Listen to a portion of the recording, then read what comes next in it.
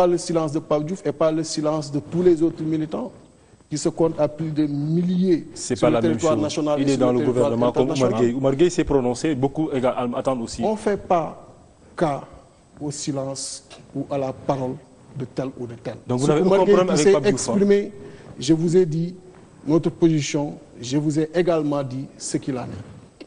Pape Diouf, au moment où je vous parle, est membre à part entière de Rewmi. Il est également membre du secrétariat national. C'est tout ce que je peux vous dire. Vous n'avez aucun problème avec lui. À s'interroger sur son silence ou pas, je pense que quand même on a beaucoup d'autres chantiers qui nous attendent et sur lesquels quand même on aimerait concentrer notre attention et notre expertise. Et je vous laisse terminer par l'affaire des biens mal acquis. La traque des biens mal acquis, notre position sur cette question, elle est très claire.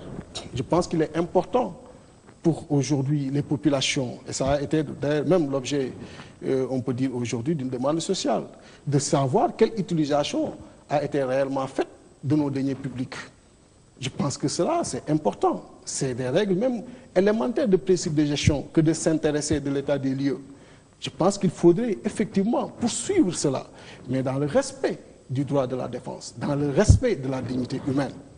Et c'est ça qui est également important. Raison pour laquelle Rewmi demande vraiment à l'État du Sénégal d'appliquer la décision de la CEDEAO. D'appliquer la décision de la CEDEAO, par souci même de cohérence.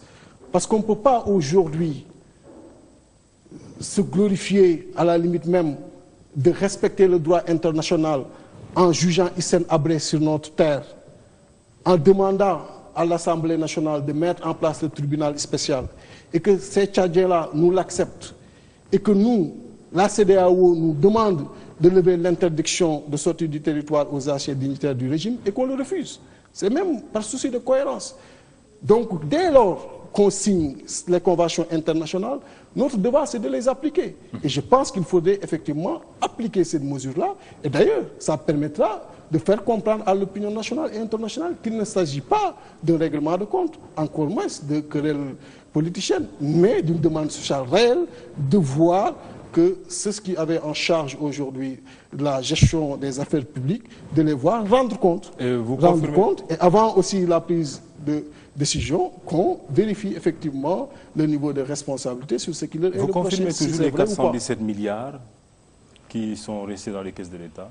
Michel le ministre de l'économie et des finances lui-même l'a confirmé. Qu'à la date du 31 mars 2012, effectivement, qu'il y avait 417 milliards 907 millions 700 000 dans la caisse de l'État.